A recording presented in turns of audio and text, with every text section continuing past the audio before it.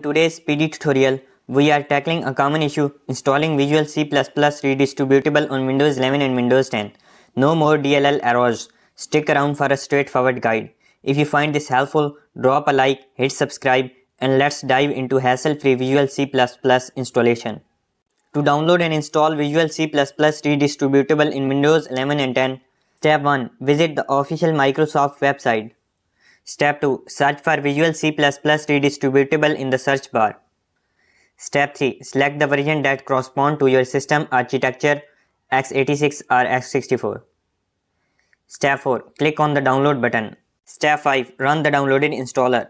Step 6. Follow the on-screen instructions to complete the installation. Step 7. Repeat the process for any additional versions required by your applications. Note: make sure to download and install the redistributable packages that match the architecture 32-bit or 64-bit of your Windows operating system.